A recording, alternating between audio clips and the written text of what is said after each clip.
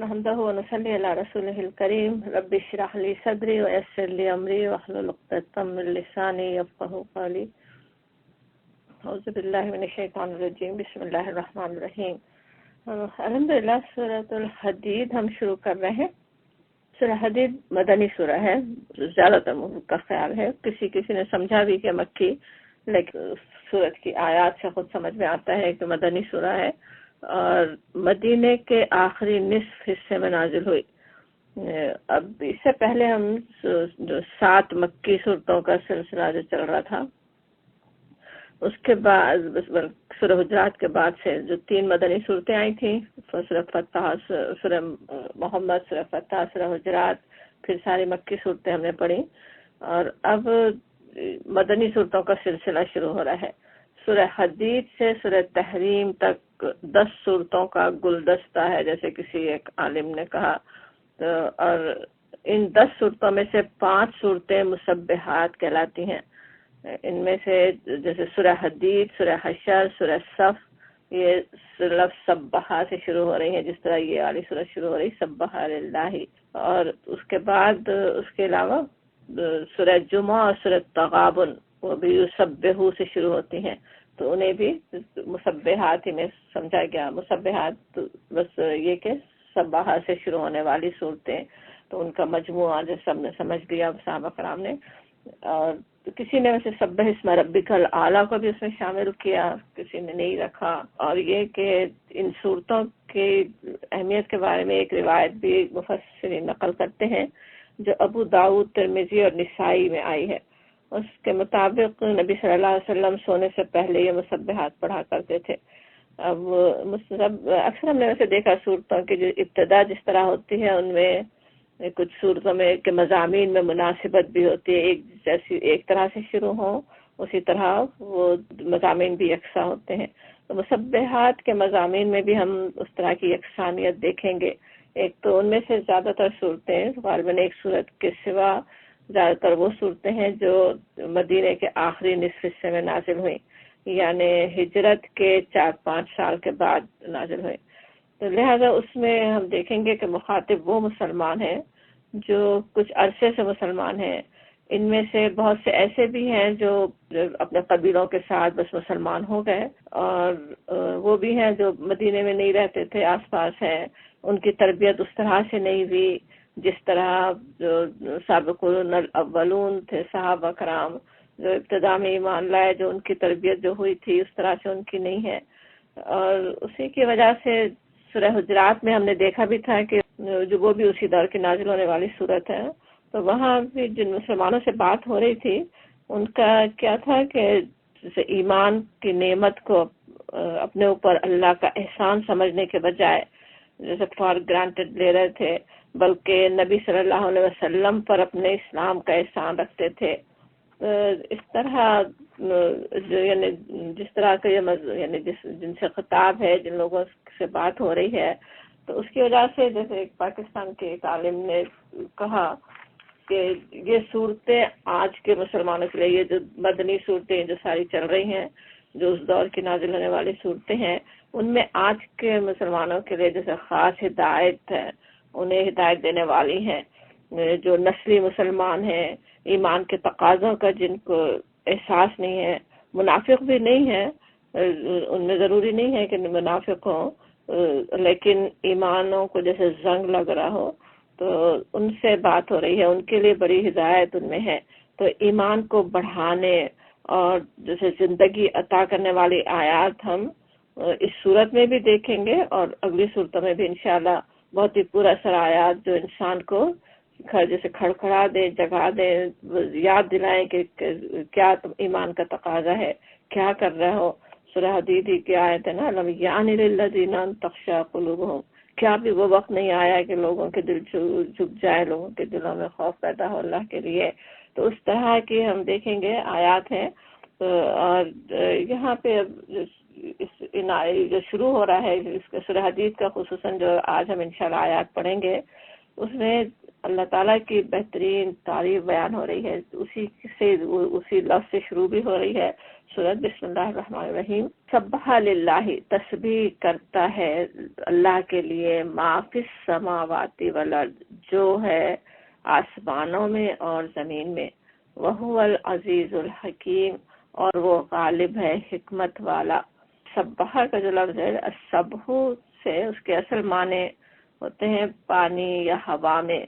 تیزی سے تیز رفتاری سے گزر جانا، جیسے دوسری جگہ آتا ہے نا کلن فی فلک یسبحون، سب اپنے اپنے فلک میں اپنے مدار میں تیزی کے ساتھ چل رہے ہیں اس کے اپنے آربٹ پہ۔ تسبیح کے معنی ویسے جیسے تنزیہ الہی کہنا چاہیے، تنزیہ کہنا کیا ہوتا ہے، نزاہ کسی چیز کو پاک کرنا ہوتا ہے نا، تو یعنی اللہ کی پاکی بیان کرنا،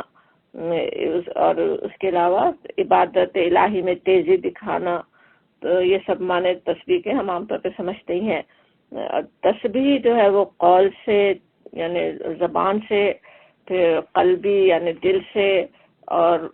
یعنی فعلی بھی ہوتی ہے نا جیسے عمل سے، ہر طرح سے ہو رہی ہوتی ہے۔ اب اور یہاں پہ کہا جا رہا ہے سبح للہ، سبحہ کہیں تو ماضی کا صیغہ پاسٹ ٹینس میں ہے نا، آگے کی صورتوں میں یسبح بھی آئے گا جو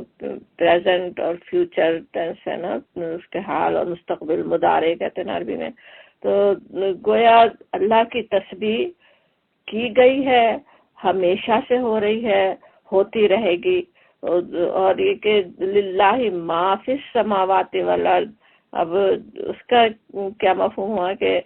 آسمان اور زمین میں جو ساری چیزیں ہیں،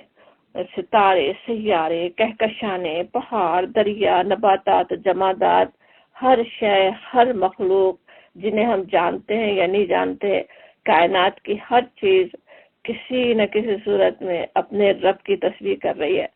ایک تسبیح کا ایک طریقہ تو ہے زبان حال سے کرنا نا، کہ ہر شے کی تخلیق میں جو اللہ تعالیٰ کی قدرت اور حکمت نظر آ رہی ہے، جیسے وہ خود اپنے زبان حال سے تسبیح ہے نا، جس طرح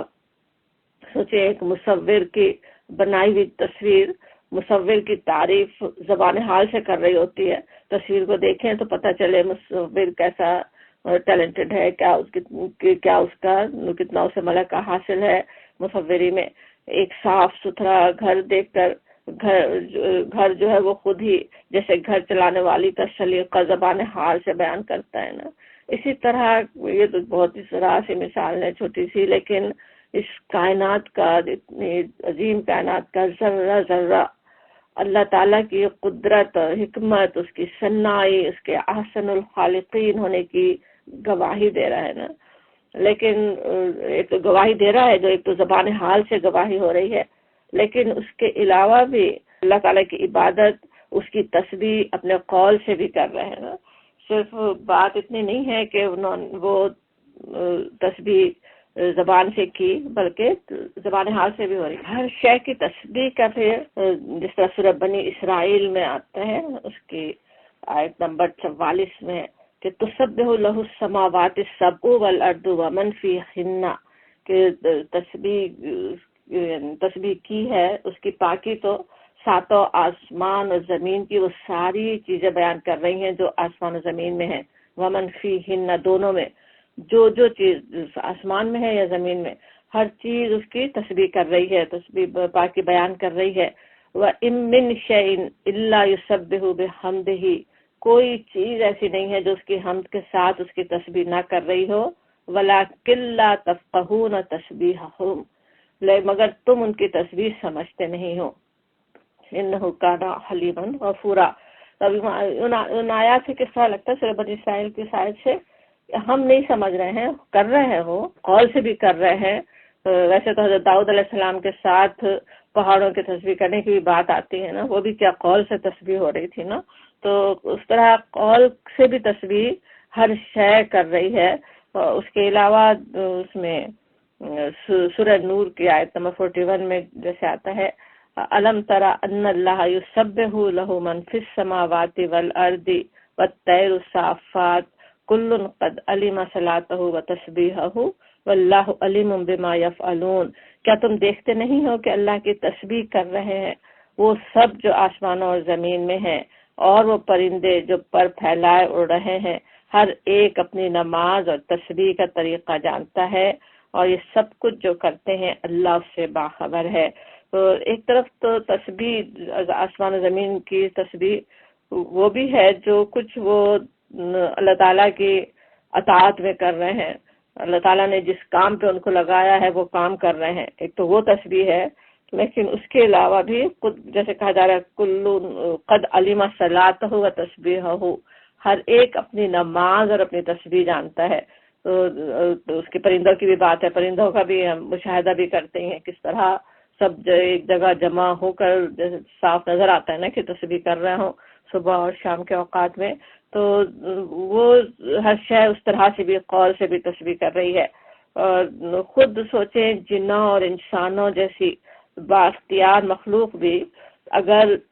طوعاً کہیں تو کیا ہوتا ہے اپنی خوشی سے اپنے اختیار سے کرنا، اس طرح کی تسبیح اگر نہیں بھی کر رہے ہو، کتنے تو انسان ہیں جو خوشی خوشی بھی کر رہے ہیں، ہم میں سے ہر ایک چاہتا ہے اللہ کا ذکر کرنا، اس کی تسبیح کرنا، اللہ کے مومن بندے زبان سے بھی کرنے والے ہیں، لیکن اکثریت بہت سارے ہوں جو زبان سے نہیں بھی کر رہے ہوں، اپنی خوشی سے نہیں کر رہے ہیں، لیکن کرہن انہیں مجبوراً جبرن تو وہ بھی کر رہے ہیں نا۔ سوچیں انسان کا اشرف المخلوقات ہونا، خود کیسی اللہ کی تسبیح ہے، انسان کو دیکھیں تو پتہ چلے، ایک خوبصورت بچے کو دیکھیں، پیار انسان کی صلاحیتوں کو دیکھیں، اس کے کس طرح سے وہ چیزیں گواہی دے رہی ہوتی ہیں، صاف جیسے ہر چیز اللہ کی تسبیح ہی بیان کر رہی ہو، ہر انسان کے ایک ایک سیل وہ جیسے اللہ کی تسبیح بیان کر رہا ہو، ایک جینیس انسان ہو دنیا میں، خواہ وہ اپنی ذہانت کے کبر میں اللہ کا منکر ہو، لیکن اس کی ذہانت خود اللہ کی تسبیح کر رہی ہے۔ کوئی مغرور اپنی جو صورت شکل پہ مغرور ہے، لیکن اس کی صورت تو اللہ کی تسبیح بیان کر رہی ہے، اس کی خوبصورتی تو اللہ کی تسبیح بیان کر رہی ہے۔ اس کا کسی کا کیا اختیار کہ خود سے کوئی ذہانت، کوئی خوبصورتی، کوئی صلاحیت کوئی حاصل کر لے۔ تو اس طرح ہر شے جو ہے، ہر سبح للہ ما فی السماوات والارض، جو کچھ زمین میں ہے، جو کچھ آسمانوں میں، جو کچھ زمین میں، ہر شے اس کی تسبیح کر رہی ہے، اس کی تعریف بیان کر رہی ہے۔ تسبیح کرنا ویسے خاص طور پہ وہ بھی ہوتا ہے کہ جسے پاکی بیان کرنا کہیں تو کس طرح ہوتا ہے کہ اللہ تعالیٰ کی جیسی شان ہے، اس میں لوگوں کے عقیدے جیسے کس طرح سے ہوتے ہیں نا، جو اللہ کی شان میں کمی کر دینے والے ہیں، جیسے اللہ تعالیٰ کے لیے بیٹا سمجھ لینا۔ اسی لیے ہم دیکھتے ہیں جہاں بھی قرآن میں آتی ہے بات کہ اللہ تعالیٰ بیٹے کو بیٹا اختیار کرنے والا نہیں ہے، وہیں ساتھ ہی کیا آتا ہے سبحانہ، وہ پاک ہے اس سے کہ کسی کو اپنا بیٹا بنائے۔ تو اللہ تعالیٰ کی ہستی کی جیسی تعریف ہونی چاہیے، جیسی اللہ تعالیٰ چاہتا ہے، جیسی اللہ نے بیان کی ہے، اس طرح کی تعریف بیان کرنا، وہ زبان سے بیان کرنا، پھر جیسا اس نے حکم دیا اس طرح اس کی عبادت کے لیے جھکنا، وہ سبھی کچھ تسبیح میں آ جاتا ہے نا۔ اب یہ کہ کائنات کی تمام چیزوں کی تسبیح کا حوالہ قرآن میں جگہ جگہ آتا ہے، ابھی ہم اور اس آیت کے علاوہ اور 2 آیتیں ابھی ہم نے یاد کی، اس کے علاوہ بھی کئی اور بھی جگہ ہے نا۔ اس طرح کی آیات ہمیں کیا سکھاتی ہیں، اور کیا یہ آیت یا ایسی آیات ہم سے کیا کہتی ہیں، کیوں یہ آیات قرآن میں آئی، اس کو سوچیں تو سمجھ میں آتا ہے کہ ایک تو یہ بات ہمیں سمجھاتی ہے نا آیت کہ جب اس کائنات کی ہر چھوٹی بڑی چیز اپنے خالق اور مالک کا حق پہچانتی ہے اور اس کی تسبیح کرتی ہے، تو انسان جیسی اشرف المخلوقات پر تو کتنا بڑا اپنے رب کا حق ہے کہ وہ اس کی تسبیح کرے۔ اور دوسرے یہ بھی کہ اس حقیقت کے بیان میں کہ اس کے ہر چیز زمین آسمان کی ہر شے تسبیح کر رہی ہے، اللہ کے نیک بندوں کے لیے کیسی تسلی بھی ہے نا۔ آج دنیا میں کفار کی سرکشیوں اور ناشکر گزاروں کو دیکھ کر، ان کی حرکتوں کو دیکھ کر بددل نہیں ہو انسان، مومن اللہ کے نیک بندے بددل نہ ہو۔ دنیا میں اگر اپنے رب کا حق پہچاننے والے کم نظر آتے ہوں تو کوئی بات نہیں، کائنات کی ہر چیز اپنے رب کی تسبیح اور تقدیس کر رہی ہے۔ کبھی ہو سکتا ہے نا، اب جیسے ابراہیم علیہ السلام تھے، پوری بستی میں تنہا ہوں، جو اللہ تعالیٰ کی توحید کا علم لے کر کھڑے ہوں، اللہ کی توحید بیان کر رہے ہوں، اس کی تصویر بیان کر رہے ہوں، کہنے کو کوئی اس وقت سوچیں پوری دنیا میں انہیں لگے کہ میں تنہا ہوں، لیکن جب یہ بات حقیقت، یہ آیات جب پڑھیں کہ زمین و آسمان کی ہر شے تسبیح کر رہی ہے، تو پھر کس طرح اکیلے نہیں ہیں، تو انسان کوئی ساتھ دینے والا نہیں ہو، مگر اتنے سارے دنیا کی مخلوق، ہر شے جو ہے وہ اللہ کی تسبیح بیان کر رہی ہے، اتنے چرند پرند، کیڑے مکوڑے، مچھلیاں، فرشتے اور کیا کچھ، ہر دوسری مخلوقات جو ہم نہیں جانتے، وہ سب بھی کس طرح وہ سب تسبیح کر رہے ہیں، ان کے ساتھ ہم بھی ان کا ساتھ دینے والے ہیں، وہ ہمارا ساتھ دینے والے ہیں، ہم تنہا نہیں ہیں اللہ کی تسبیح کرنے میں۔ تو کیسی بڑی تسلی ہے نا، خصوصاً ایسے ماحول میں جو اس طرح تکلیف دہ ماحول ہے، سارے زیادہ اکثریت کفار کی نظر آتی ہو، اللہ کے سرکش بندوں کی نظر آتی ہو، اس میں پتہ چلتا ہے کہ ہر شے اللہ کی تسبیح بیان کر رہی ہے، کس طرح، اور یہ کہ ہے اللہ تعالیٰ تعریف ہی کے قابل، اور جیسے کتنے ہوپ اور امید دینے والی جیسے آیت ہوتی ہے نا، اس طرح سے۔ اور پھر یہ بھی کہ جو لوگ اللہ کی جیسے بندگی سے گریز کر رہے ہیں، ان کو بتایا جا رہا ہے کہ اللہ ان کی تسبیح کا محتاج نہیں ہے، اس کی تسبیح تو بہرحال ہو رہی ہے، اس کا ہر حکم بہرحال ہر ایک پر چل رہا ہے، جو نہیں جھکتا، جو اللہ کے آگے نہیں جھک رہا ہو، اس کی تسبیح نہیں کر رہا ہو، وہ خود ہی بد نصیب ہے، وہ خود اپنا نقصان کر رہا ہے۔ یہ بھی جیسے اس آیت سے یہ بات بھی واضح ہوتے ہیں نا۔ اور پھر کہا جا رہا ہے وَهُوَ الْعَزِيزُ الْحَكِيمُ، اور وہ ہے العزیز غالب، ہر عزیز کہتے کس طرح ہر چیز پر غالب، ہر اختیار کا مالک، اور یہ کہ اس کا کوئی بھی نہیں ہے جو اس کی دسترس سے باہر ہو نا، اور اس کے دنیا کی کوئی طاقت اللہ تعالیٰ کو روکنے والی نہیں ہے، ہر ایک کو اس کی اطاعت کرنی ہی کرنی ہے۔ العزیز کہتے کس طرح وہ پورا غلبہ رکھتا ہے، پورا اختیار رکھتا ہے ہر ایک پر، کوئی اس کی اطاعت سے نکل سکتا نہیں ہے، جو اللہ تعالیٰ چاہے اس میں لازماً اطاعت کرنی ہوگی، وہ تو ہو کر رہے گا جو اللہ تعالیٰ چاہے۔ اور پھر اس کے ساتھ وہ حکیم بھی ہے، اس وجہ سے اس کا ہر فعل جیسے حکمت، عدل اور رحمت پر مبنی ہوتا ہے نا۔ ویسے سبحہ کی جو بات ہم پڑھ رہے تھے اس آیت میں، سبحہ للہ ما فی السماوات والارض سے یہ سورت شروع ہو رہی ہے نا، اور پچھلی سورت جو سورہ واقعہ جو ختم ہوئی تھی، وہ اس کا یاد ہوگا کس طرح فسبح بسم ربک العظیم پر ختم ہو رہی تھی نا۔ اس صورت میں جیسے 2 دفعہ آ رہا تھا لیکن آخر میں بھی تھا، اور فوراً ہی پھر اس صورت کا آغاز سبحہ للہ ما فی السماوات والارض سے ہو رہا ہے، کیسے دونوں جیسے سمجھ میں آتا ہے کہ صورتیں اللہ تعالیٰ کے حکم سے ایک کے بعد ایک رکھی گئی تھی نا، اور کس طرح مانوی ربط دونوں میں نظر آ رہا ہو، اور دونوں صورتوں میں ہے بھی مانوی ربط بھی ہے بھی، کس طرح وہاں جو بات تھی نا سابقون الاولون کی بات سمجھائی گئی تھی، ایک اور اعلیٰ گروہ مومنوں کا سب بتایا گیا تھا، اور یہاں وہ ان باتوں وہ احکامات ہم دیکھیں گے جو انسان کے ایمان کو بڑھانے والی ہیں، جو انسان کو اونچے درجے پر لے جانے والی ہیں۔ تو اس طرح کا ربط بھی ان دونوں صورتوں میں سمجھ میں آتا ہے۔ اور پھر وہ العزیز الحکیم کا ہم سمجھ رہے تھے کہ کس طرح وہ العزیز ہے، اللہ تعالیٰ اپنی مخلوق پر پورا اختیار رکھنے کے ساتھ پھر الحکیم بھی ہے۔ دنیا میں انسانوں کا حال کیا ہوتا ہے کہ انہیں ایک ذرے کے برابر بھی، بہت ہی تھوڑا سا یعنی سوچیں تو جو انسانوں کو اختیار ملے تو کتنا چھوٹا سا بھی اختیار مل جائے، اور کس طرح اس کا فوراً غلط استعمال شروع کر دیتا ہے نا۔ اس لیے دنیا میں چیک اور بیلنس کا جیسے نظام رکھنا ہوتا ہے کہ ایک کو اختیار مل رہا ہو تو کوئی اس کا دیکھنے والا بھی ہو، کوئی اس احتساب بھی کرنے والا ہو، ورنہ کیا ہوتا ہے انسان بہت ہی غلط طریقے سے اس کو استعمال کر رہا ہوتے۔ اللہ تعالیٰ نے بھی رب کریم ہے، اس نے خود بھی اس طرح کے انتظامات رکھے ہیں، یہاں ہر انسان کو دوسرے انسان کی ضرورت بھی ہے، اس کے لیے دوسرے کے ساتھ نائس ہونا بھی پڑتا ہے، تو ورنہ تو جس کا جہاں اختیار چلے وہ کس طرح زیادتی کرنے پہ اتر ہی سکتا ہے۔ اللہ تعالیٰ کی لیکن جب بات آتی ہے کہ وہ العزیز ہے، وہ یا اسی طرح کے دوسرے اللہ تعالیٰ کے جیسے نام ہے جس میں اللہ تعالیٰ کی پتہ چلتا ہے اس کی قدرت کا، کہ جب جبار جیسے ہے، یا اسی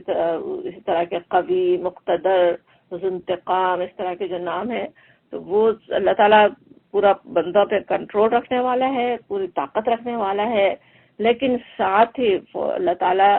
پہ فوراً یاد بھی دلا دیا جاتا، وہ الحکیم بھی ہے، حکمت والا ہے، اس کا ہر کام حکمت سے ہوتا ہے۔ دوسری جگہ پہ اور بھی اللہ تعالیٰ کی صفات آتی ہیں، العلیم کی صفت ہے، یا الغفور کی، یا الرحیم کی صفت، کہ سب کے ساتھ اللہ تعالیٰ اپنے بندوں پہ بہت مہربانی کرنے والا بھی ہے۔ الحکیم کہنا تو کس طرح سے ہے نا کہ اس کی جیسے ہر تخلیق میں، ہر کام میں، ہر فیصلے میں بہت ہی گہری اتھا حکمت ہے نا۔ اس پوری کائنات کو پیدا کرنے جیسے عظیم کام سے لے کر ایک چھوٹے سے چھوٹے کام میں بھی، اس کے چھوٹے سے چھوٹے حکم میں بھی کیسی بے پناہ حکمتیں نظر آتے ہیں نا۔ ایک ہم بیٹھ کر سوچیں تو بس سوچتے ہی چلے جائیں، جس طرح اللہ کی باتیں ختم نہیں ہوتی نا، کس طرح اس کی حکمت ہے۔ تھوڑی چھوٹی سی مثال سوچیں، وضو جیسا چھوٹا سا حکم ہے نا، آسان چھوٹا سا حکم ہے، لیکن اس کو ذرا سوچیں کیسی اس میں حکمتیں ہیں نا۔ ہمیں صاف ستھرا کر دینے والا حکم، اس کے کتنی بیماریوں سے، الرجی سے بچانے میں معاون ہے، طہارت اور پاکیزگی کا احساس دلا کر جس طرح اپنے رب سے قریب کرنے والا، اس کی تخلیق کو دیکھیں، چھوٹی سے چھوٹی تخلیق، ایک ناک کے اندر کا ایک چھوٹا سا بال کو سوچیں، وہ بھی حکمت کے بغیر نہیں پیدا کیا گیا ہے نا۔ اس میں بھی کتنی حکمت ہے، کس طرح انسان کو ہم رب ہے نا ہمارا، ہمارے لیے، ہمارے فائدے کے لیے، ہمیں کیسی کیسی بیماریوں سے بچانے کے لیے وہ چیز وہاں پہ رکھ دی گئی۔ ایک پلک کے بال کو دیکھیں، ایک روئے کو دیکھیں، ہر شے میں کیسی کیسی حکمتیں ہیں نا۔ ایک چھوٹی سی بیکٹیریا تک کی پیدائش میں کیسی حکمتیں ہیں، وہ جو آنکھ سے ہمیں نظر بھی نہیں آتے ہوں، اس میں اللہ تعالیٰ ان سے کیا کچھ کام لے رہا ہے، ہمارے لیے کیا کیا ان میں فائدے رکھ دیے ہیں۔ تو اور اسی طرح ہر چیز میں، ہر حکم میں جو احکامات دیے گئے، شریعت کے تمام احکامات ہوں یا جو کچھ اللہ کی تخلیق ہو، ہر شے میں اسی طرح حکمت ہے، گہری حکمت ہے۔ اس میں سے کچھ ہر ایک اپنے ذہن کے مطابق سمجھ سکتا ہے، کچھ ہماری سمجھ میں نہیں بھی آ سکتی، لیکن ایک مومن تو ایمان رکھتا ہے نا کہ اس کے ہر بات میں حکمت ہے۔ جتنا وہ عزیز ہے، جتنا وہ غالب ہے، جتنا وہ ہم پہ کنٹرول رکھتا ہے، اتنا ہی وہ حکمت والا بھی ہے۔ اس کے جو حکم اس نے ہم کو دیا، جو حالات ہمیں پیش آ رہے ہوں، خواہ وہ بیماریاں ہوں، دکھ ہوں، صدمے ہوں، جو کچھ بھی ہے، ہر شے میں کچھ حکمت ہے۔ اس میں رحمت بھی ہے ساتھ ہی نا، یہاں تو رحیم کا لفظ نہیں ہے، دوسری جگہ عزیز الرحیم بھی آتا ہی ہے نا۔ ہم پر رحمت ہی کے لیے وہ سب چیزیں ہو رہی ہوتی ہیں۔ تو اس کے احکامات میں سے سوچیں، ناپاکی کے دوران نماز نہیں پڑھنی، روزے نہیں رکھنے، لیکن نمازوں کی قضا پڑھنی نہیں ہے۔ سوچیں اگر پڑھنی ہوتی تو کتنا مشکل ہو رہا ہوتا ہے نا، کہ کتنے دن ناپاکی کے ان کے یاد کر کر کے ایک ایک نماز کو پڑھنا، سوچیں کتنا مشکل کام ہو سکتا تھا۔ اور روزوں کی قضا جو ہے وہ کرنا بھی ہے۔ روزوں میں اللہ تعالیٰ نے کتنے فائدے رکھے ہوئے ہیں، ہمارے جسم کی صحت، ہمارے روح کے تزکیے کے لیے اتنی جو بہترین چیز ہے، اس کے فائدے سے محروم بھی نہیں کیا گیا۔ اگر تو نہیں کیا کسی مرض کی وجہ سے، کسی وجہ سے، مگر پھر بعد میں رکھ لو۔ تو ہر حکم میں کس طرح جیسے اللہ تعالیٰ کی حکمتیں کام کر رہی ہیں۔ اور پھر اس کے علاوہ اس میں ایک یاد دہانی بھی مفسرین جیسے دیکھتے ہیں کہ یاد دہانی کروائی جا رہی ہے لوگوں کو، ان کے جیسے حق یاد دلایا جا رہا کہ اس کائنات کی جب ہر چھوٹی بڑی چیز اپنے مالک کا حق پہچانتی ہے، اس کی تسبیح کرتی ہے، تو انسان پر پھر کتنا وہ حق بنتا ہے نا کہ وہ اللہ کی تسبیح کرے۔ اللہ تعالیٰ نے جسے اشرف المخلوقات بنایا تو اسے کس طرح سے کرنے کی ضرورت ہے تسبیح، وہ بات بھی جیسے سمجھ میں آتی ہے۔ اچھا، وہ تسبیح کی بات ہے، عزیز الحکیم کی بات ہم سمجھ رہے تھے۔ عزیز الحکیم کا یہ ہے کہ یہ بات سمجھی گئی کہ اللہ تعالیٰ جب عزیز الحکیم ہے تو وہ دنیا کو بس ایسی پیدا کر کے کھیل کے لیے چھوڑ دینے والا نہیں ہے نا، کہ ایک تماشا بس ہو رہا ہے اور ختم ہو جائے. اس کی پیدائش میں اگر حکمت ہے اس دنیا کی تو پھر یقیناً ایک ایسا دن بھی آنے کی ضرورت سمجھ میں آتی ہے نا جس میں ان لوگوں کو جیسے صلہ مل جائے، بہترین صلہ مل جائے جنہوں نے اللہ کے بنائی ہوئی حدود کے اندر رہتے ہوئے زندگی گزاری، اور ان لوگوں کو سزا ملے جنہوں نے حدود سے تجاوز کیا. اور سوچیں اگر ایسا نہیں ہو، اگر وہ اس دن کا انکار کر دے تو کس طرح سمجھ میں آتا ہے کہ اللہ تعالیٰ کی جیسے کوئی حکیم نہ ہو. لیکن اللہ تعالیٰ کیونکہ ہے الحکیم تو لازماً یہ ہونا ہی چاہیے، آخرت کا آنا ضروری ہے کہ جب یہ دنیا بنی ہے تو دنیا کا پھر ایک انجام بھی ہو. اس کا اللہ تعالیٰ کی حکمت اس کا تقاضا کرتی ہے. یہ بات بھی جیسے سمجھی گئی. پھر کہا جا رہا ہے آیت نمبر 2 میں، لہو اسی کے لیے ہے ملک السماوات والارض، ملک بادشاہی السماوات آسمانوں کی، والارض اور زمین کی. لہو ملک السماوات والارض، اس کے لیے آسمان بادشاہی ہے آسمان و زمین کی. یحیی و یمیت، اور وہ زندہ کرتا ہے اور مارتا ہے. وہو علی کل شیء قدیر، اور وہ ہر شے پر قادر ہے. یعنی اب لہو کہنا کس طرح ہوتا ہے نا کہ اسی کے لیے ہے، گویا وہ اون کرتا ہے، وہ مالک ہے آسمان و زمین، اور اس میں جو کچھ بھی ہے وہ سب اس کی ملکیت ہے. سوچے ہمارا مال، ہماری ہر چیز وہ اللہ کا ہے، اللہ کی ملکیت ہے. اسی طرح ہر شے دنیا کے اندر جو کچھ بھی ہے، ہر چیز جو ہے وہ اسی کی ملکیت ہے. اس کی باہر ایک بادشاہی اس کے ہاتھ میں ہے، کوئی دوسرا اس کے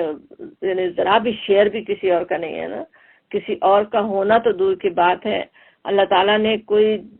حصہ بھی کسی کو نہیں دیا اس بادشاہی کا. کوئی اس کے اقتدار میں شریک نہیں ہے، کوئی اور مالک ہو نہیں سکتا کسی شے کا. ایک وہی ہے اس کا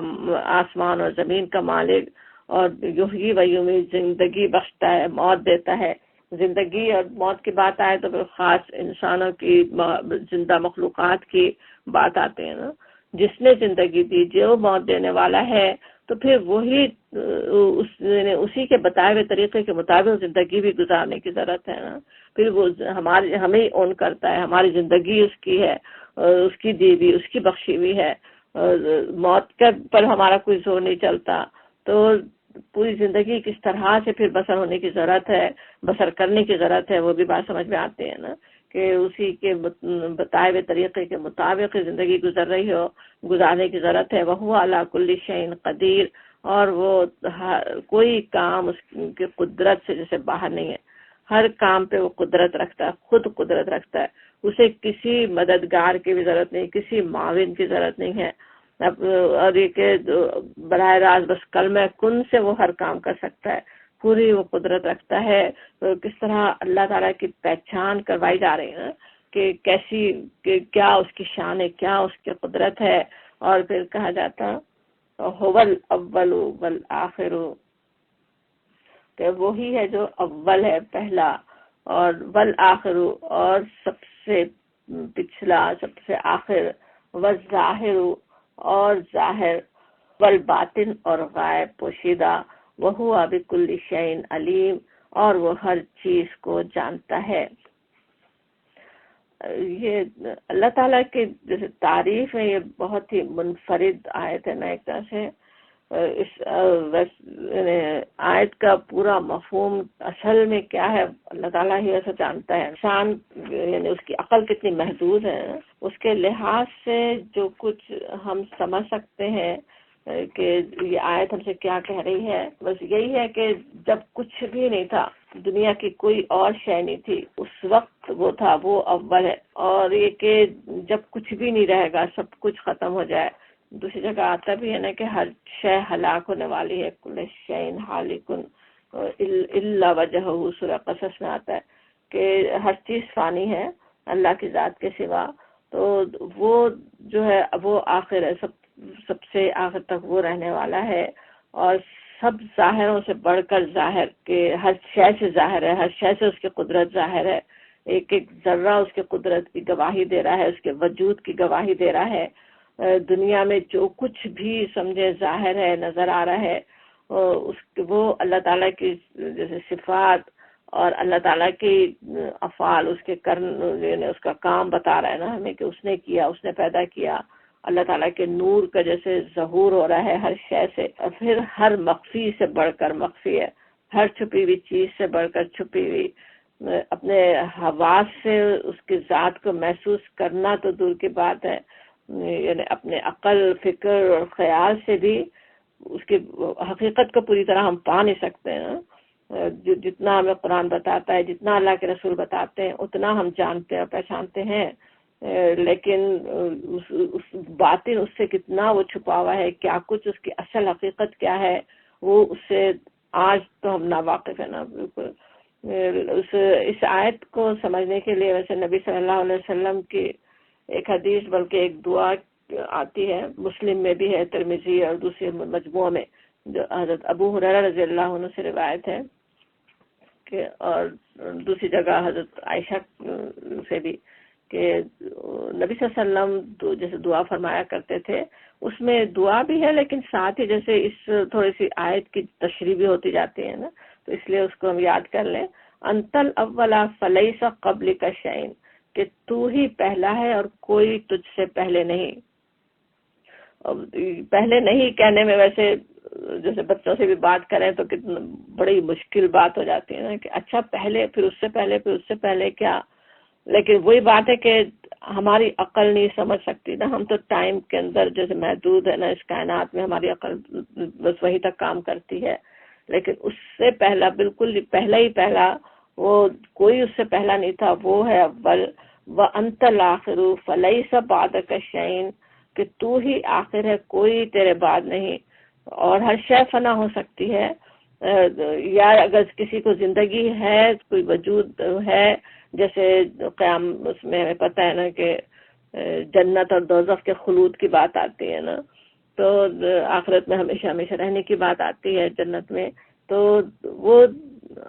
اللہ تعالیٰ کی دی ہوئی ہے، اللہ تعالیٰ جب تک رکھے جب تک ہے. اللہ نے جب فنا کیا، فنا بھی ہو گئے، جب ختم کرنا چاہا ختم بھی ہو گئے، کبھی ختم کرنا چاہا ختم بھی کر سکتا ہے، وہ سب سے آخر ہے.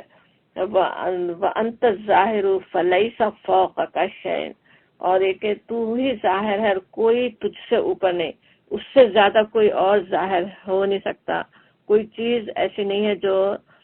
کوئی اور اس طرح سے ظاہر ہو جیسے اللہ تعالیٰ ہے. ہر چیز میں اس کا ہی ظہور ہے. جو چیز دنیا میں ہر شے جو ہم دیکھتے ہیں، اس میں کیا ہے، وہ ظہور اللہ تعالیٰ کا ہو رہا ہے نا، اللہ تعالیٰ کی قدرت کا ظہور ہو رہا ہے. اور اسی طرح وَأَنْتَ الْبَاطِنُ فَلَيْسَ دُونِكَ شَيْءٌ، تو ہی باطن ہے، کوئی تجھ سے مخفی تر نہیں، تو تجھ سے زیادہ چھپی ہوئی اور کوئی چیز نہیں ہو سکتی. اور وہ الباطن ہے اللہ تعالیٰ. چھپی ہوئی بہت سی چیزیں ہیں، ہم سے غیب کی چیزیں ہیں، فرشتوں کو بھی آج ہم نہیں دیکھتے، ان کی بھی پوری حقیقت ہم نہیں جانتے پہچانتے، جنت دوزخ کا آج ہم نہیں پہچانتے. لیکن اللہ تعالیٰ الباطن ہے، وہ سب سے زیادہ وہ چھپا ہوا ہے. اللہ تعالیٰ کی ذات وہ ہے جو غیر فانی ہے نا. اس کے علاوہ ہر شے جب اللہ نے پیدا کی، جب پیدا ہوتی ہے، جب اللہ تعالیٰ موت دے، جب اللہ تعالیٰ فنا کرنا چاہے، فنا ہو جانے والی ہے. اصل تو ویسے الفاظ ہی ہے نا، اس کی تفسیر میں جتنا سمجھیں اتنا اور بلکہ کنفیوز ہی ہو سکتے ہیں. لیکن الفاظ ہی پڑھیں تو کتنی بہترین اپنے رب کی تعریف اس میں سمجھ میں آتی ہے. هو الاول والآخر والظاہر والباطن، وہ اول، وہ آخر، وہی ظاہر، وہی باطن، وہی وہو بکل شیء علیم، اور وہ ہر شے کا علم رکھتا ہے، اس کے ہر چیز کا وہ جاننے والا ہے. علیم ویسے خود ہی وہ ہوتا ہے نا کہ فعیل کے وزن پہ مبالغے کا صیغہ، لیکن بکل شیء علیم، ہر شے کا وہ علم رکھتا ہے. اللہ تعالیٰ کے جیسے علم کا خلاصہ سامنے رکھ دیا گیا نا کہ اس کے لیے ایک تو ظاہر و باطن سب یکساں ہیں، ہر چیز کا وہ جاننے والا ہے. علم سوچیں اور کسی بھی چیز کا علم جتنا اللہ تعالیٰ دے دے اتنا ہی علم ان کے پاس ہے نا. جیسے اس میں ہم پڑھتے ہیں نا آیت الکرسی میں، یعلم ما بین ایدیہم وما خلفہم، جانتا ہے جو کچھ سامنے ہے اور جو کچھ پیچھے ہے. ولا یحیطون الا بما شاء، کوئی اس کا احاطہ نہیں کر سکتا اللہ کے علم کا مگر سوائے اس کے جو وہ چاہے نا. جو اللہ تعالیٰ چاہے بس اس کو اتنا ہی علم ملے گا. جو علم اللہ نے دے دیا وہ دے دیا. انبیاء کرام تک کو بھی جو اللہ نے علم دیا وہ بس علم ان کے پاس تھا. نبی صلی اللہ علیہ وسلم آپ خود فرماتے نہیں مجھے آخرت کا علم نہیں ہے، کب آنی ہے، قیامت کے دن کا علم نہیں ہے. حضرت جبرائیل سے حضرت نبی صلی اللہ علیہ وسلم کی گفتگو ہو رہی ہو اور وہ جبرائیل علیہ السلام حدیث جبرائیل جو مشہور ہے کہ نبی صلی اللہ علیہ وسلم سے پوچھتے قیامت کے بارے میں پوچھتے ہیں اور نبی صلی اللہ علیہ وسلم کہتے ہیں کہ سائل سے زیادہ علم نہیں ہے میرے پاس بھی، پوچھنے والے سے نہ ان کو علم ہے، نہ جبرائیل علیہ السلام کو علم ہے، نہ نبی صلی اللہ علیہ وسلم کو علم کہ کب قیامت آئے گی، کب آخرت ہوگی اور کس کا ہے وہ علم. بالکل شیء علیم صرف وہ ہے جو اللہ تعالیٰ کے پاس ہے نا. سورۃ طٰہٰ میں آتا ہے کہ لہو ما فی السماوات وما فی الارض وما بینہما وما تحت الثری، کہ مالک ہے وہ ان سب چیزوں کا جو آسمان اور زمین میں ہے اور زمین و آسمان کے درمیان ہے، وما بینہما وما تحت الثری، جو مٹی کے نیچے اندر زمین کے اندر جو کچھ ہو. وَإِن تَجْهَرْ بِالْقَوْلِ فَإِنَّهُ يَعْلَمُ السِّرَّ وَأَخْفَى، اور تم چاہے اپنی بات پکار کر کہو وہ تو چپکے سے کہی ہوئی بات بلکہ اس سے مخفی تر بات بھی جانتا ہے، سر بھی جانتا ہے، اخفا بھی جانتا ہے. ایک ایک بات سر کہیں پھر اس سے بھی چھپے ہوئی. کس طرح کوئی انسان چپکے سے کسی سے کہہ رہا ہو یا کچھ دل میں چھپا رہا ہو، یا یہ کہ کچھ چیز دل میں چھپائی ہے یا وہ جو اس کو بھی نہیں پتا، وہ سب بھی اللہ تعالیٰ ہے جو جاننے والا ہے. صرف وہ ہے جس سے ہر شے کا علم ہے. اور پھر کیسے نہیں جانے گا نا اللہ تعالیٰ، وہ جو کہ جس نے پیدا کیا، جس نے بنایا. سنے ہم کوئی چیز چھوٹی سی بنائیں، ہمیں پتہ ہے کہ اگر ہم بنائیں تو کہ وہ اس میں کیا کچھ ہے، وہ کس طرح سے کیا چیزیں اس میں شامل ہیں، کیا ہم نے انگریڈینٹس ڈالے ہیں، وہ سب ہمیں پتہ ہے نا. اور تو جب اللہ تعالیٰ نے پیدا کیا تو وہ کیسے نہیں جانے گا، اسے کیسے نہیں پتا ہوگا نا. سورہ ملک میں آتا ہے نا کس طرح کہ وَأَسِرُّوا قَوْلَكُمْ أَوِ اجْهَرُوا بِهِ إِنَّهُ عَلِيمٌ بِذَاتِ الصُّدُورِ، کہ تم خواہ چھپا کر کہو یا ظاہر کر کے کہو وہ سب کچھ جاننے والا ہے. انه علیم بذات الصدور آتا ہے، بلکہ وہ ہے اپنے سینوں تک کا حال جاننے والا. الا یعلم من خلق وهو اللطیف الخبیر، اور کیا وہی نہیں جانے گا جس نے پیدا کیا اور وہ ہے اللطیف اور الخبیر. کہ وہ کیسے نہیں جانے گا نا جس نے خود خلق کیا. سوچیں دل میں ہم بات چھپا رہے ہوں، وہ دل بنانے والا کون ہے، وہ کیسے نہیں جانے گا دل کے اندر کیا ہے. تو وہ اس طرح سے جاننے والا ہے. وہ بکل شیء علیم، ہر شے کا وہ علم رکھتا ہے. اور پھر کہا جاتا هو الذی، وہی ہے جس نے خلق السماوات والارض فی 6 ایام، پیدا کیا آسمانوں اور زمین کو 6 دنوں میں، 6 ایام دنوں میں. ثم پھر استوا، جو جلوہ فرما ہوا، علی العرش، عرش پر. یعلم، جانتا ہے، ما یلج، جو داخل ہوتا ہے، فی الارض، زمین میں. وما یخرج، اور جو نکلتا ہے، منہا، اس سے. وما ینزل، اور جو من السماء، اور جو آسمان سے نازل ہوتا ہے. وما یعرج فیہا، اور جو چڑھتا ہے اس میں. وہو معکم اینما کنتم، اور وہ تمہارے ساتھ ہے جہاں کہیں تم ہو. واللہ بما تعملون بصیر، اور اللہ اس کو جو تم کرتے ہو دیکھتا ہے، جو کچھ تم عمل کرتے ہو وہ دیکھتا ہے. اب یہ جو بات ہو رہی ہے کہ هو الذی، وہی ہے جس نے پیدا کیا، خلق السماوات والارض، آسمانوں اور زمین کو، فی 6 ایام، 6 دنوں میں. اب 6 دنوں میں پیدا کرنا، دن کا جو ہے وہ اللہ تعالیٰ کے دن کتنے بڑے ہیں. قرآن میں کسی ایک جگہ آتا ہے 1000 سال کی بات آتی ہے، ایک جگہ سورہ معارج میں جیسے آتا ہے نا کہ وہاں پہ ویسے بات وہ ہے جو جس دن میں فرشتے اللہ کے پاس معاملات لے کر جاتے ہیں، وہ 50,000 سال کا دن ہے. اور جسے دن ہم کہتے ہیں وہ تو ظاہر ہے زمین کی گردش سورج کے سامنے جو ہو رہی ہے اس کی وجہ سے بن رہے ہیں نا. تو تو زمین و آسمان کی پیدائش سے پہلے کی بات ہو رہی ہے کہ اس کو اللہ تعالیٰ نے پیدا کیا 6 دن میں، تو یہ دن ہونا تو ضروری نہیں ہے. تو اسی لیے مفسرین جو 6 دن کی بات آتی ہے، 6 ایام کی بات آتی ہے قرآن میں پیدائش کے لیے، اس کو مختلف ادوار جیسے پیریڈز لیتے ہیں کہ مرحلوں میں، مختلف مرحلوں میں، 7 مرحلوں میں جیسے بنایا گیا ہو. اصل حقیقت تو اللہ تعالیٰ جانتا ہے، چاہے ہم سے کیونکہ 6 دن کہا جا رہا ہے، کل مدت اتنی رہی ہو جو ہمارے 6 دن کی ہوتی ہے واللہ عالم، یا پھر اللہ تعالیٰ کے دن ہوں یا مختلف مرحلے ہوں واللہ عالم. تو لیکن بہرحال یہ بات جو بتائی جاتی کہ اس نے پیدا کیا 6 دنوں میں پیدا کیا، تو وہ اصل میں یہ بتانے کے لیے ہے کہ اللہ تعالیٰ نے جو پیدا کیا وہ ایک تو بات ہے کہ کتنے اہتمام سے اللہ تعالیٰ نے تمہارے لیے کائنات بنائی، وقت لگا کر ایک مرحلوں میں اتنے اہتمام سے اللہ تعالیٰ نے یہ کائنات بنائی ہے نا. اور اس کے یہ نہیں ہو سکتا کہ پھر اس کو بس یہ سب کچھ بنا کے وہ چھوڑ دے، تو تمہارے لیے بنائی ہے اور پھر وہی جیسے پیچھے سمجھ رہے تھے کہ پھر وہ جو العزیز الحکیم ہے تو یقیناً اس کا کچھ مقصد بھی ہے، کچھ انجام بھی ہے، کچھ انجام تک اسے پہنچنا بھی ہے. یہ ساری باتیں اس سے یاد دلائی جاتی نا جب کہا جائے کہ 6 دنوں میں اللہ تعالیٰ نے پیدا کیا آسمان و زمین کو. اور پھر یہ بات پھر کہا جاتا ہے کہ ثم استوى علی العرش. پھر وہ استوا کا لفظ تو ہوتا ہے جیسے اس آیت کے علاوہ سوچے ایسی عربی میں تو کسی جگہ ٹھہر جانا، جیسے پہاڑ پہ جودی پہاڑ پہ کشتی ٹھہر گئی، وہاں پہ بھی وہی اسی کی بات آتی ہے کہ وہ اس کا استوا ہو گیا،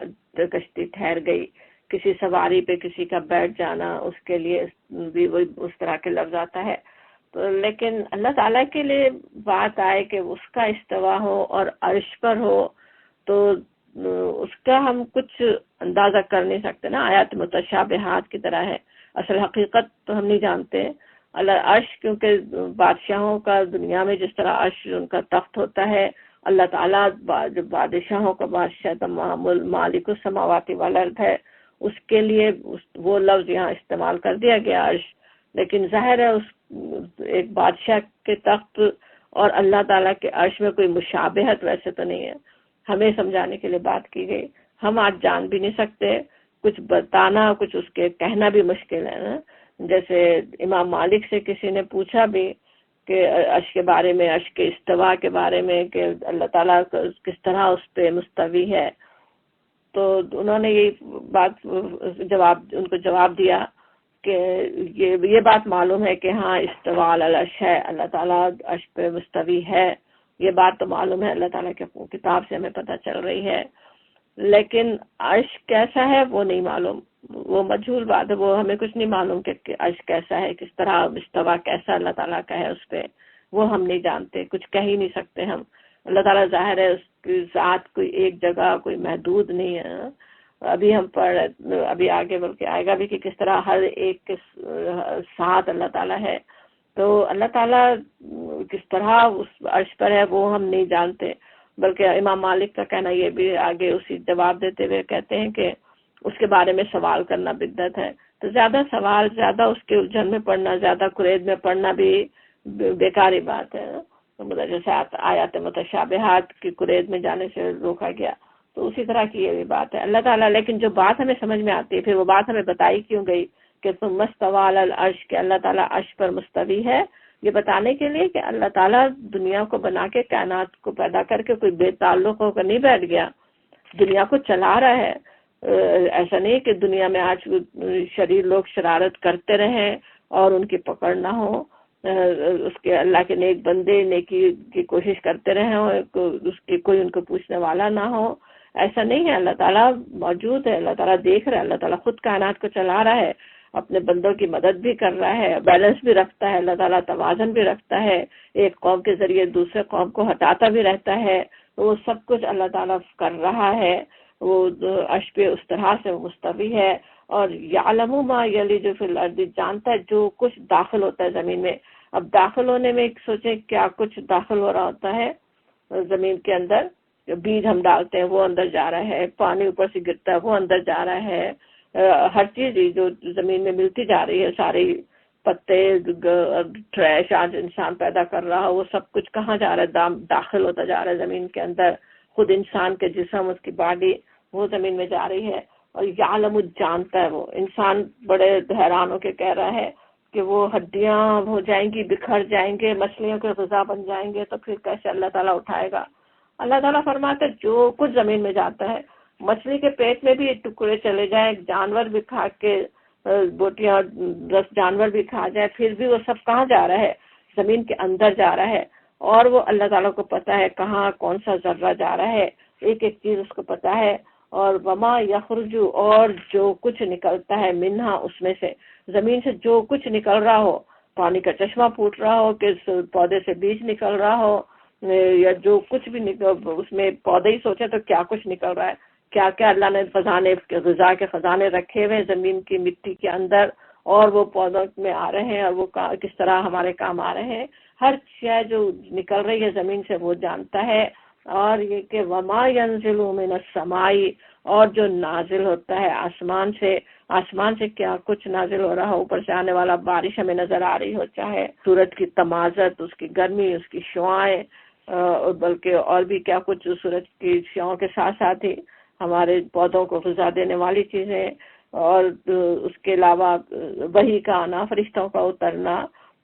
ساری چیزیں جو نازل ہو رہی ہیں سب کچھ وہ جانتا ہے، سب اللہ کے علم میں ہے۔ اور یہ کہ وما یعرج فیہا، اور جو کچھ اوپر جاتا ہے، اوپر جانے والی بھی کیا کیا چیزیں، پانی بخارات بن کر اوپر جا رہا ہو، ہماری روحیں اوپر جاتی ہیں، ہماری دعائیں جا رہی ہوتی ہیں، فرشتے معاملات لے کر اوپر جاتے ہیں، تو وہ ساری چیزیں جو اوپر جا رہی ہوں وہ سب کچھ جاننے والا ہے۔ کیسے تفصیل اس کے علم کی آ رہی نا، ایک بار تو ابھی پڑھی پچھلی آیت میں، وَهُوَ بِكُلِّ شَيْءٍ عَلِيمٌ، کہ وہ ہر شے کا علم،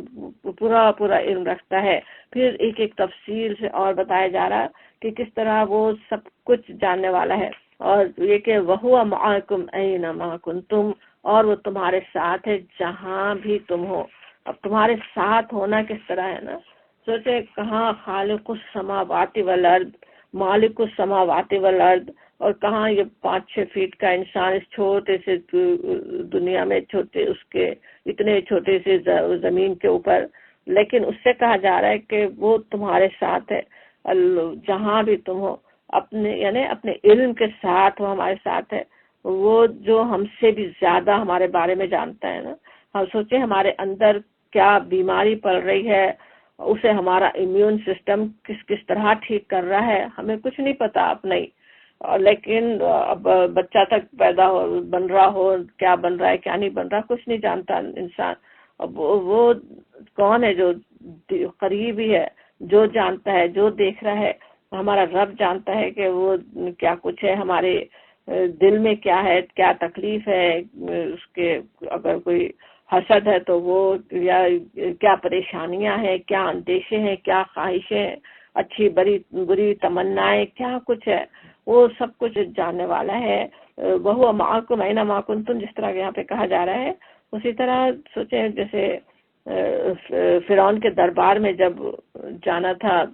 حضرت موسیٰ، حضرت ہارون علیہ السلام کو، تو انہیں بھی اسی طرح تسلی دی گئی تھی نا، وہ خوفزدہ ہو رہے تھے کہ یا رب، یا اللہ، ہم ڈرتے ہیں کہ وہ یفرط علینا، کہ وہ ہم پہ زیادتی کرے گا، کچھ سرکشی کرے گا۔ اللہ تعالیٰ کی طرف سے تسلی انہیں دی گئی تھی، انی معاکما اسمع و ارا، کہ میں تمہارے ساتھ ہوں، معاکما تم دونوں کے ساتھ ہوں، اور میں تمہیں دیکھ رہا ہوں، تمہارے ساتھ ساتھ ہی ہوں۔ اسی طرح سورہ مجادلہ کی آیات ہے جس میں وہاں پہ منافقوں کی ویسے تو بات ہو رہی کہ کس طرح سے وہ کرتے تھے نا، بات نبی صلی اللہ علیہ وسلم کے خلاف باتیں بنا رہے ہوتے تھے، اس کو نجوا کہا گیا کہ چپکے سے جو گفتگو کرتے ہیں۔ وہاں پہ کہا گیا کہ الم تری ان اللہ یعلم ما فی السماوات و ما فی الارض، کیا تم نہیں دیکھتے کہ جانتا ہے اللہ جو آسمانوں میں ہے، جو زمین میں ہے، ما یکون من نجوا ثلاثۃ، اور یہ کہ اس کے تم یہ کہ 3 آدمیوں میں کوئی سرگوشی ہو، نجوا کر رہے ہو 3 لوگ،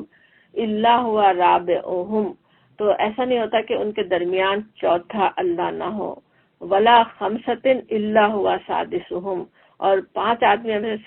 سرگوشی ہو اور ان کے اندر چھٹا نہ ہو، ولا ادنا من ذالک ولا اکثر الا ہوا معاہم،